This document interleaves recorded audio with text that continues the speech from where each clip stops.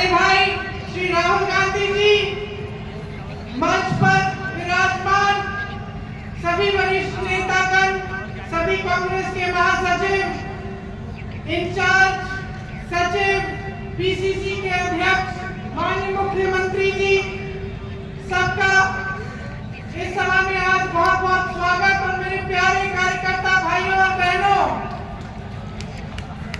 दिल्ली की इस प्रदूषित हवा में आप सबका स्वागत। खास तौर से मेरे यूपी के जो भाई बहन हैं, आपने बहुत मेहनत की है, आपको बहुत बहुत स्वागत। कोहरे में आप आज सुबह सुबह ठंड में निकले, मैंने आपकी वीडियो देखी, आपकी फोटो देखी, इसके लिए बहुत बहुत धन्यवाद। जरा एक बार जोर से, इतनी जोर से नारा लगाइए कि यहाँ से गूंजता हुआ प्रधानमंत्री निवास तक जाए, वोट चोर, वोट चोर, वोट चोर। ये वोट क्या है, इसकी कीमत क्या है हमारे जीवन में, इसको समझना बहुत जरूरी है। बहुत समय पहले जब आजादी की लड़ाई शुरू हो रही थी और नेहरू जी जगह जगह जाते थे लोगों से मिलने के लिए, तो एक नारा गूंजता था। जब वो पहुंचते थे तो देश की जनता भारत माता की जय जयकार करती थी। उस समय नेहरू जी ने इस बात का उल्लेख किया कि भारत माता क्या है। उन्होंने कहा कि भारत की प्राकृतिक संपत्ति, भारत की नदियां, भारत के पहाड़, भारत के खेत तो भारत माता है ही, लेकिन भारत की जनता, भारत का एक एक बेटा, एक एक बेटी, जो इस धरती का पुत्र है, जो इस धरती की पुत्री है, वे सब भारत माता के अंश हैं। वे सब एक तरह से भारत माता ही हैं।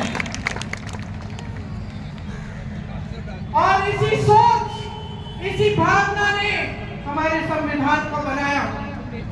इसी भावना ने आप सबको एक एक वोट दिया, जिससे आपका सबसे बड़ा अधिकार सरकार को चुनने का, सरकार को गिराने का आपको मिले। इसी सोच ने, इसी भावना ने इस तरह की संस्थाएं बनाई कि लोकतंत्र को मजबूत रखें। कैसी संस्थाएं लिए? न्यायपालिका, मीडिया, संसद, ये राजनीतिक दल जिसका हम भाग है, विपक्षी दल, सत्ता पक्ष के जो नेता हैं वो, चुनाव आयोग, ये सब जनता के हित की रक्षा के लिए बनाए गए। इसीलिए जब आज हम देखते हैं कि इन सब संस्थाओं को कुचला जा रहा है, तो एक एक भारतवासी को उठना चाहिए, जागना चाहिए और ये समझना चाहिए कि जो वार हो रहा है वो सिर्फ इन संस्थाओं पर नहीं, लेकिन हम सब पर, आप सब पर, एक एक देश के पुत्र पर, एक एक देश की पुत्री पर वार हो रहा है।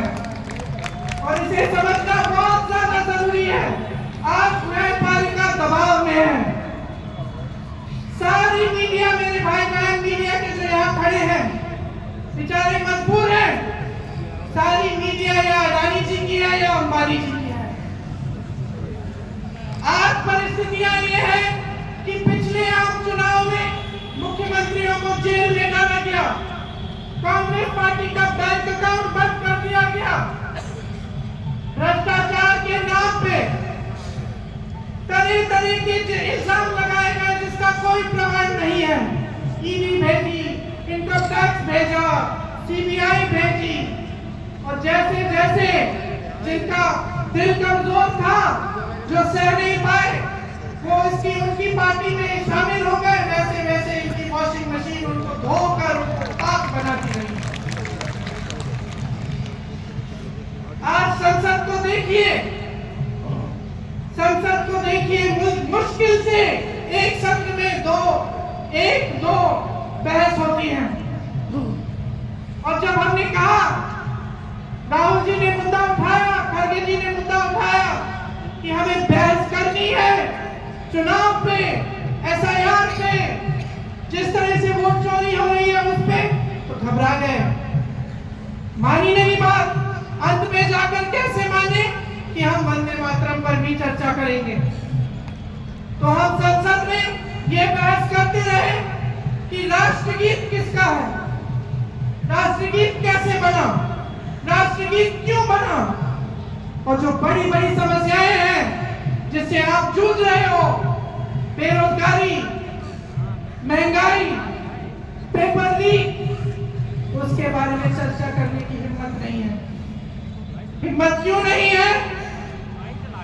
क्योंकि अगर इनको एक असली चुनाव लड़ना पड़े, मैं चुनौती देती हूं, एक सही चुनाव लड़ ले, बैलेट पे लड़ ले, तो ये खुद जानते हैं कि कभी नहीं जीत पाएंगे।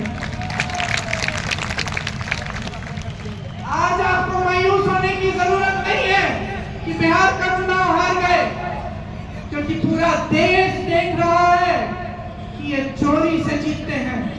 राहुल जी ने प्रेस कॉन्फ्रेंस की, पहले हरियाणा की बात बताई, महाराष्ट्र की बात बताई, कर्नाटक की बात बताई, बिहार में एसआईआर करके 65 लाख वोट काट दिए गए। और अगर ये सारे प्रमाण आप अलग कर दें तो एक साफ और साधारण बात सामने आती है। आचार संहिता के समय 10-10 हजार रुपए आप पहुंचा रहे हो, कोई आपको रोक नहीं रहा है। चुनाव आयोग आंख बंद कर रहा है, आंख मूंद रहा है। तो अगर ये चुनाव चोरी नहीं है तो क्या है? इनके पास जवाब ही नहीं है। ये जानते हैं कि आज के दिन जनता इनसे नाराज है। देखिए, हिले हुए लगते हैं। संसद में मैं देखती हूँ आत्मविश्वास घट गया है, आंखों में आप मिलाकर नहीं देख पाते, सामने से गुजरते हैं तो आप झुका देते हैं। आत्मविश्वास कम हो गया है, घट गया है, अपने आप में विश्वास घट गया है, क्योंकि जनता का विश्वास भाजपा से, इनकी सरकार से, प्रधानमंत्री मोदी जी से, अमित शाह जी से सबसे घट चुका है।